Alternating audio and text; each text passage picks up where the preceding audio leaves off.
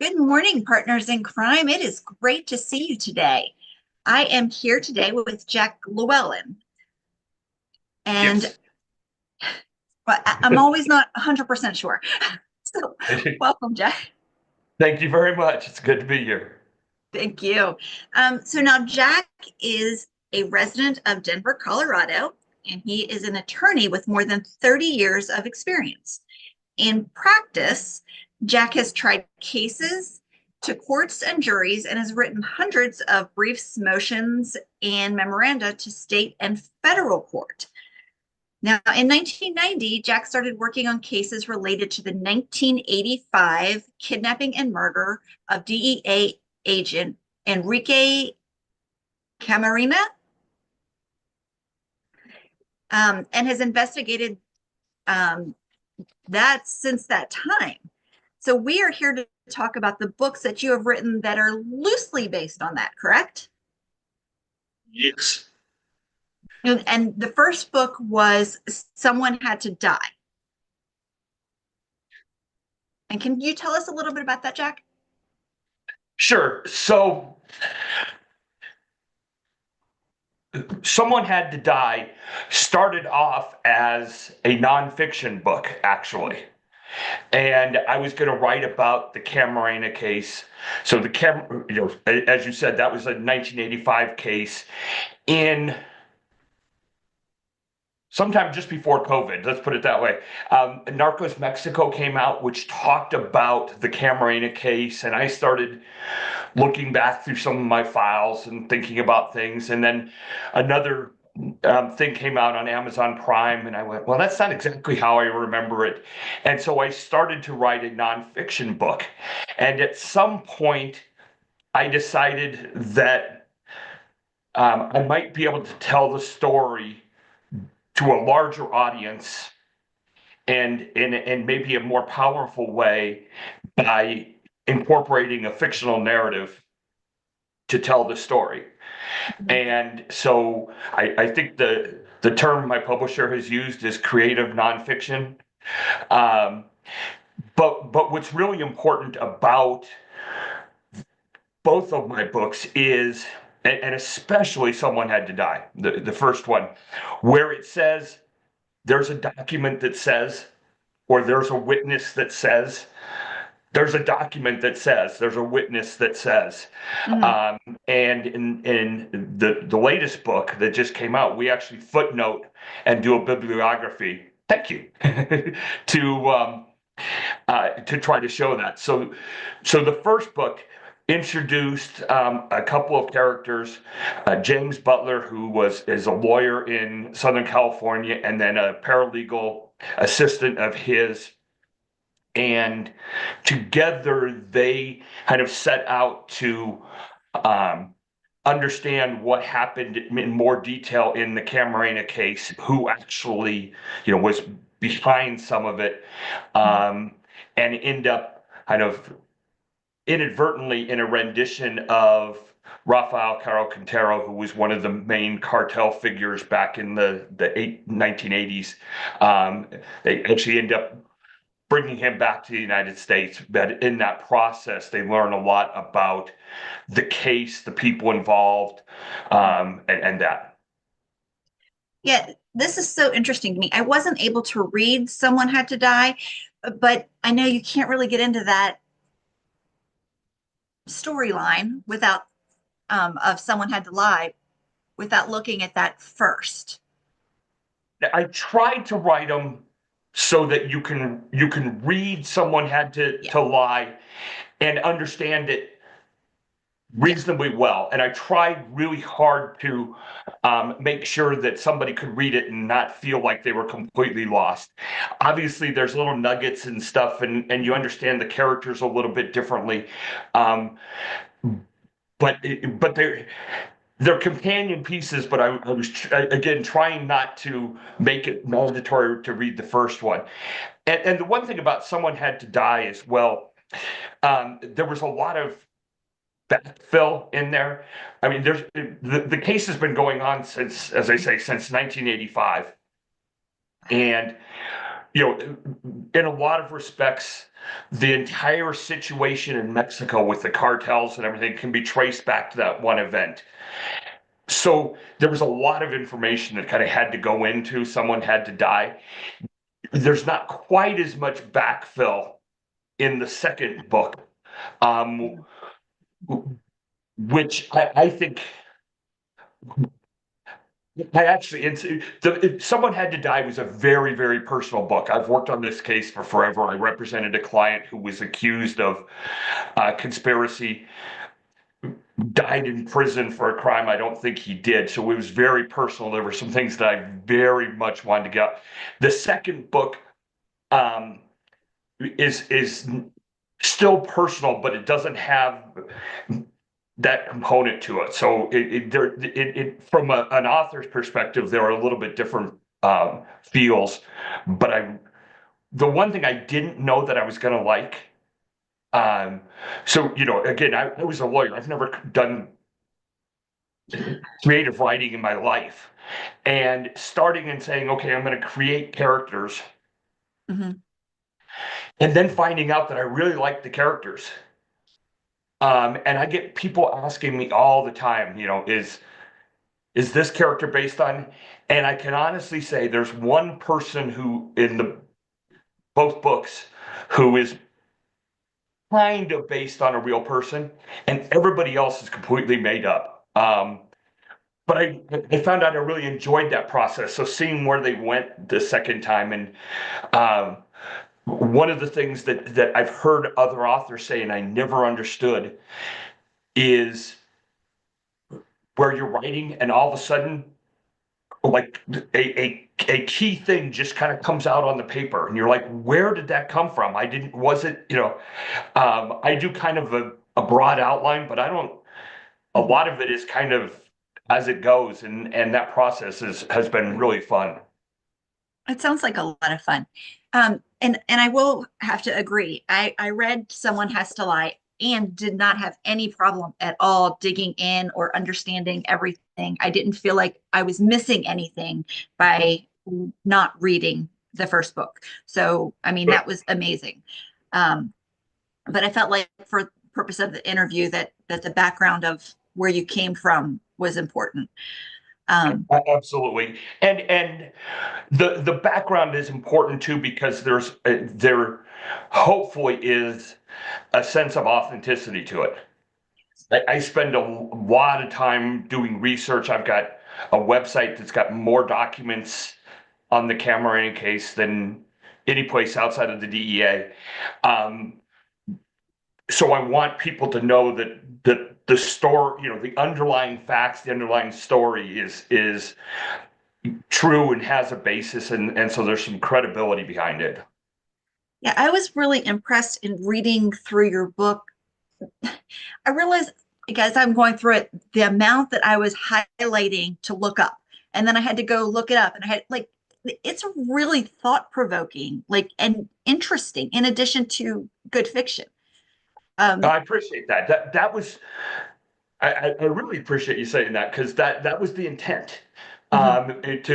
to try to somehow juggle that, um, being entertaining while also communicating something, and having people think, and one of the things this Someone Had to Lie talks a little bit more about the current situation, and one of the things trying to point out is, there are complex issues and complex histories, and and trying to at least educate people in a sense that s- simple solutions don't exist to complex problems. Yeah, So yeah, it was amazing. Now, can we talk a little bit about your characters? So sure. James and Erica. Can you tell us a little bit about James? Yeah, so James is a youngish partner, a well-established litigator. The first book, you find out that he was essentially an orphan, and raised pretty much on his own. Mhm. Um, and I think that element comes out at different times. And kind of almost um, without really thinking about it, he gets involved in this story because of some other people in his life, and once. And I will say, I could draw on this a little bit. This case in particular, and then kind of the overarching element of the cartels and the drugs trade and stuff, you can get sucked in, and he kind of gets sucked in and starts finding more and more, and trying to also not fall down any rabbit holes. So and one of the things I wanted to do um, is have something that was kind of fast paced and had some action to it and stuff, but also wasn't, gunfights in the streets of New York. Um, which and some of those shows are great and some of those books are great. I wanted one that was a little bit more thoughtful, I guess, or less action oriented. So he's very much into trying to find the answer to some of these questions in both books, and almost has this relentless need to keep digging where other people might say just stop. In his quest to find answers, he interviews and does a lot of things, both sides of the law. He's witnessed to a lot. Is that typical in his position? No. And I think, yeah, I think um, this goes back to what I said a few minutes ago. I think I wanted to convey a sense of this is somebody trying to find the answers, and knowing that to do that, you have to look at from multiple vantage points. Um, I felt like as I was reading, like you straddle that fiction and true crime line. So, and I'm like, how close to the truth is this? And how, like you made that all so real. I appreciate that, and I in my career I've been on kind of both sides of a little bit, and I've got a number of friends now who are former DE agents, former um, FBI and things. And then I've also, in part of what I've done, I've talked to people who were in the cartels back then and stuff. So I tried to give that sense a little bit that, again, if you're trying to find the answer, you got to go from various angles. Yeah, and he really digs in. And then the other character is Erica Walsh, who's Yeah. his starts off as his paralegal, and then their relationship evolves by the second book. And I tried very hard in the second book to write her a little bit more um, in depth. And I'm not Yes. sure I was as good with her character in the first book as I wanted to be. Now, I've had a couple of people tell me that they disagree with that, which I think is a compliment. Um, but she's a little bit of the counterpart, or the counterweight. They kind of balance each other out a little bit. And what I really was trying to avoid is, the trope of the woman who follows along and goes along with everything and says, "Oh my God, James, how are we going to get out of this?" That she's a little bit more independent. And so when it's the process of figuring things out, they play off of each other a little bit, or they try to, or I tried to do that. Um, and that was a relationship I really liked pursuing, and that and so and again, both those characters are completely fictional. Well, I thought it was really interesting how like he treated her like a paralegal. She went and did her thing. She interviewed her people, and he did his, and they were and then they would just come back and have a conversation about what happened, what the other needed to know and move on from there. I thought those conversations weren't, you know, lawyer paralegal kind of in a hierarchical sense. It was more we both have our skill sets, so go use your skill sets, and then we'll combine them later to see what the answer is. And so I really wanted them to be equals in the process, even though it's called a James Butler mystery. Well, yeah, but everybody has their team, and she That's right. is his team.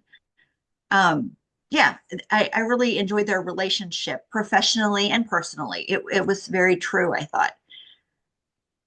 So now I know you mentioned this a little bit, but why did we decide to, like, you originally decided to just write the one book, and then you were expanding it to this new mystery and potentially more. So how hard was that to switch from just one book to, because there was a final ending in that first book, right? There was. I mean, I certainly tried to leave it open so that there could be more. But I would tell you, I had absolutely no interest or no thought. Let me put it that way, that it would be a series. And I think a couple of things happened. One is, um, and I know this sounds almost cliche-ish, but I liked these characters. Yeah. And I started thinking about, what would they do next? Where would they like to go?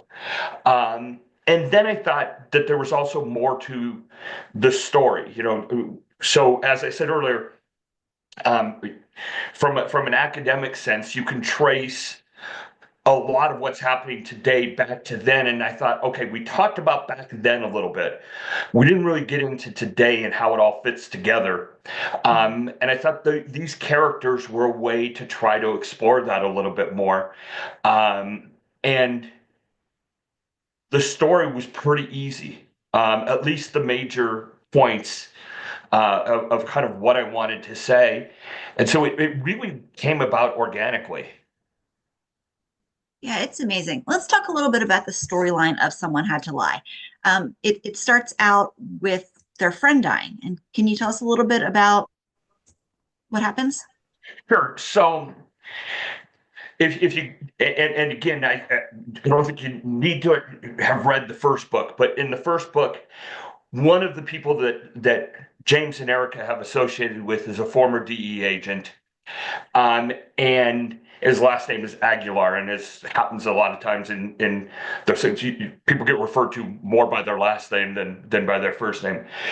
Um, he had become a very close friend, and he's on the phone with James, telling him that the words are, "It was bigger than we knew," and it gets killed while on the phone with James, and that kind of sets everything off. So it really starts as James wanting to find out who killed his friend, and he thinks the police kind of gave it short shrift and give a simple answer to it, etc. So they start looking into it, and as they, you know, peel the layers off of the proverbial onion, they realize that there's far more going on than just one person's murder. Mhm. Yeah, it was very interesting. And I loved how you pulled characters from the first book, but they had different relationships with both James and Erica. Yeah, so um, and actually, that was also part of the fun part of taking that second book and going, okay, which side characters are really important, which ones are going to have more focus, and a couple of the characters, I think, are far more involved in this one, and Bobby, who is a former NFL player, who is Really liked him. his friend slash bodyguard, and there's a little bit of a backstory in the first one where about how they became friends, but he turns out to be one of my favorite characters just to write. um did you, going way back, remember the Spencer books and Spencer for Hire? Yeah. Uh-huh. Hawk. was Spencer's friend and the coolest character ever on TV. But I kept thinking kind of hawk-ish for him. Obviously very different, but just somebody who can say whatever they want, and just is a little bit freer and stuff. So he was fun to write, and there's a couple of others. And um, Erica's dad played a bigger role in the first book, but I think has some nice elements here. So I enjoyed kind of putting them together too, and trying to make it in real life. One of the things that sometimes happens, or for me in books and TV shows that are kind of like this, is all of a sudden you forget that there's other. You got these two people and they never talk to anybody else or things.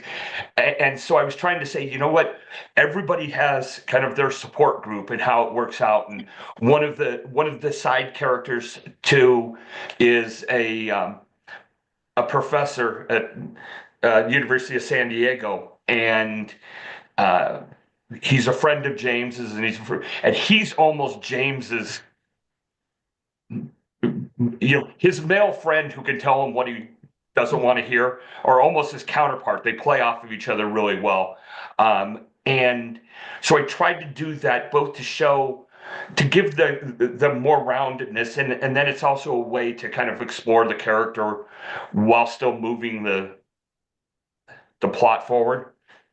Yeah, you mentioned the professor, and he said something in the beginning of the book about how, like, he's always on that line of legal and illegal, and he chooses not to delve too deeply into things he doesn't really want to know about. And that's very true to life. Absolutely. And so if I can, to expand on that just a little bit.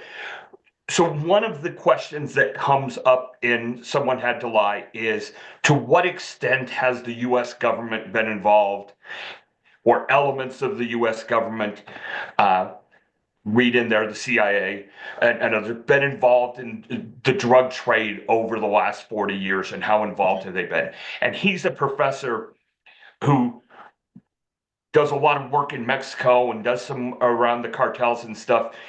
And he says, as you point out, there are certain places that I don't want to go because it's not good for me. And but and kind of wink wink nod nod, but James, I'll help you go there if you really want to, but be careful if you do. Yeah, it sets up that whole, this is going to be scary, but we're a team. And I think that there's that's one of the things I liked about the side characters too, is there's always this sense that you've got somebody who's got your back. Mhm. And I think whether it's this book or real life, man, if you've got people in your job or your personal life that have your back, that allows you to do things maybe you wouldn't normally do. And I think it allows James and Erica both to take steps that they maybe shouldn't. If you're sitting there going rationally, is this really the best thing to do? But knowing they've got these people who are there and stuff, and uh, and there's one scene in particular where I hope, and I'll try not to give it away, but one kind of minor character plays a big role in one scene, and um, I like the way that's set up too. I don't know, if it worked as well as I wanted to, but I wanted that to be something that, you know, um, another person had his back that he didn't even know was considering having his back. Yeah, and I found it very interesting, but very well done. The way you very slowly pulled characters into the book and you showed the relationship, and they slowly built their team. It made it really easy to read this, especially being the second book in a series where everybody kind of was in the first book.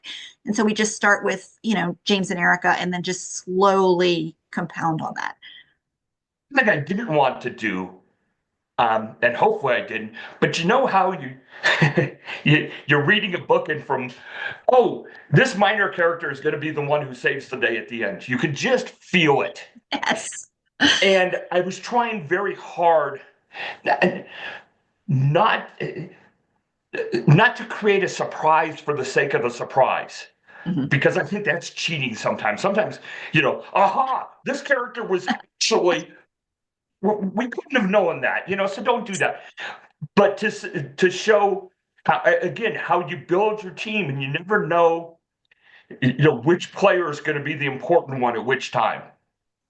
Yeah, like those books or the TV shows where they only interview one person. I wonder who it's going to be.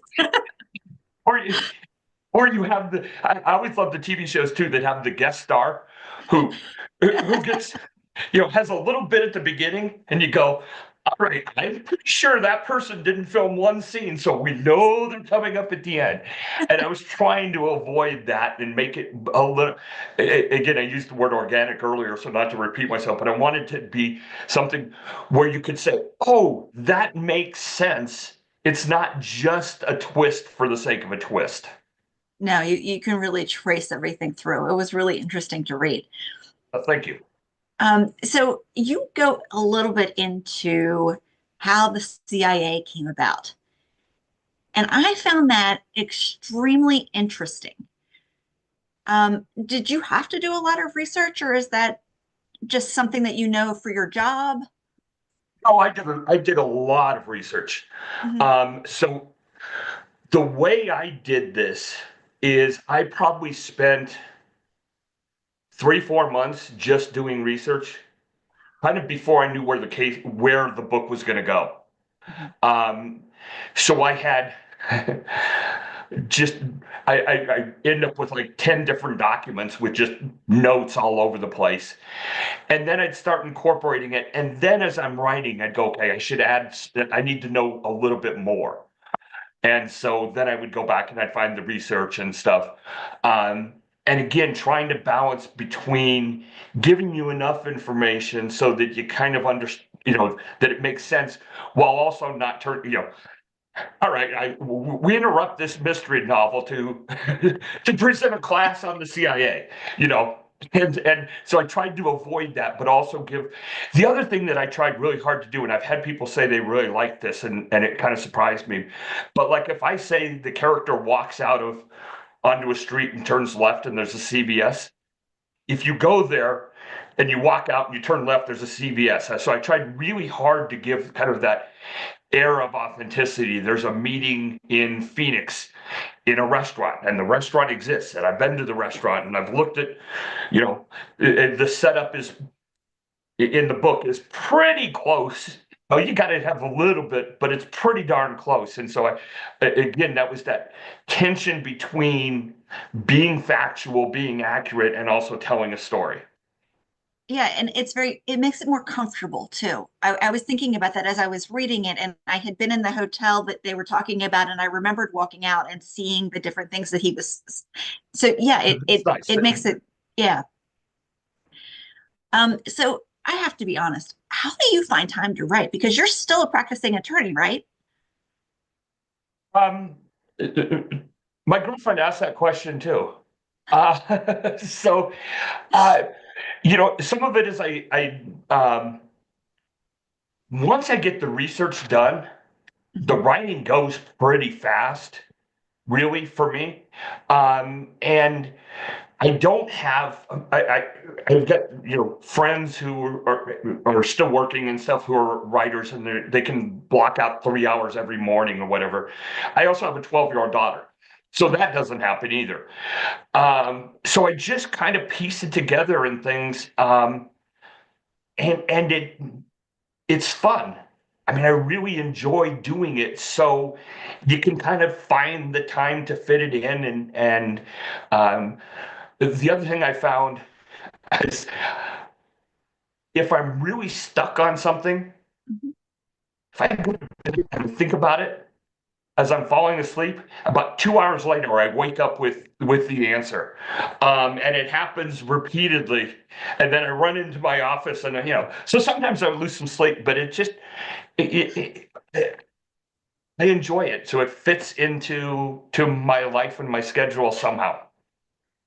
So you mentioned that the writing part was relatively easy after the research was done. What about the time-consuming nature of the research? That takes, yes. Yeah. And that's again, the nice thing about that part is you can kind of pick and choose when you do it, and there's places, and the convenience of laptops and cell phones and stuff, being able to do research kind of as you have the time. Um, and I will say, having been a practicing attorney for a long time, um, I'm good at research. Mhm. I know where to look. I know what I'm looking for. So it's really not like I'm, I'm not scanning the internet for inspiration. I'm thinking, all right, I want to know about X. And if I want to know about that particular point, then I can go find it. So that makes it a little bit easier too. So it really is a little bit of having an idea of where you want to go, where you want the research to go, where you want the story to go, but also being open to take going where things go. And every so often I'll be doing research and go, okay, we got that's a great point. We've got to add that in. So you got to be willing to be dynamic. Yeah, see, and one of my hosts asked how you know when you're done with the research. I mean, how do you know you're not going down rabbit trails or too much? Sometimes you don't. um, and you hope that there's a light at the end of the tunnel and it's not a train, as they say. But uh, I think that's where kind of that legal training helps me because I've got a brief due today, Mhm. and I've been working on it for a week or two, and at some point you go, it's as good as it's going to get, and you turn it in. And writing is that way, and the research is that way. At some point, if you look at a lot of different places and you end up kind of with the same answers, you kind of know. Yeah. You hope you're right. Um, I have an intention of kind of doing a third one that wraps up a little bit, and that one I'm a little bit on more of a precarious place because I want to have something maybe more definitive, and that Yeah. makes me more nervous about kind of saying, this is the answer as opposed to here's a whole lot of things. Uh, but to the research, you just you look until you feel like you've explored the topic, and then you make your best choices, and you hope they're right. You hope they Uh, fit into the story. well, you did an amazing job, and I can't wait to check out the first one and to get your new one since you're in the process-ish.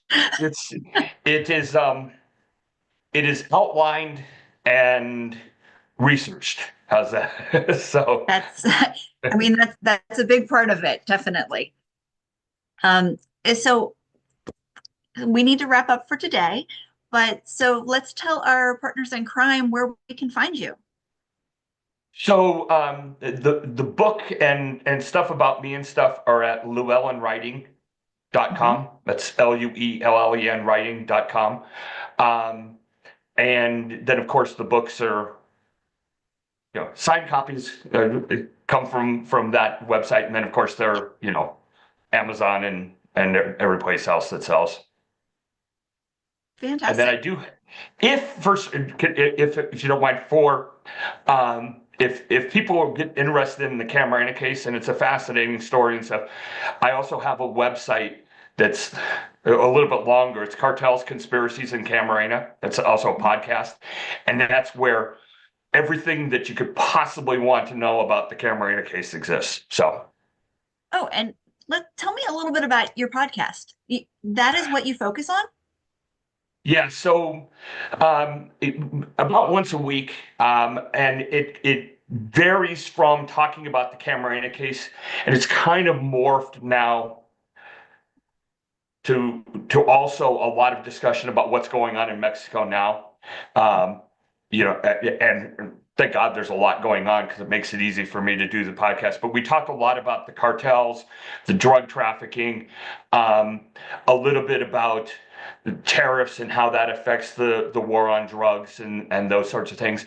I have some guests at various times, and sometimes a lot of times I talk for 45 minutes or so, and magically people listen to it.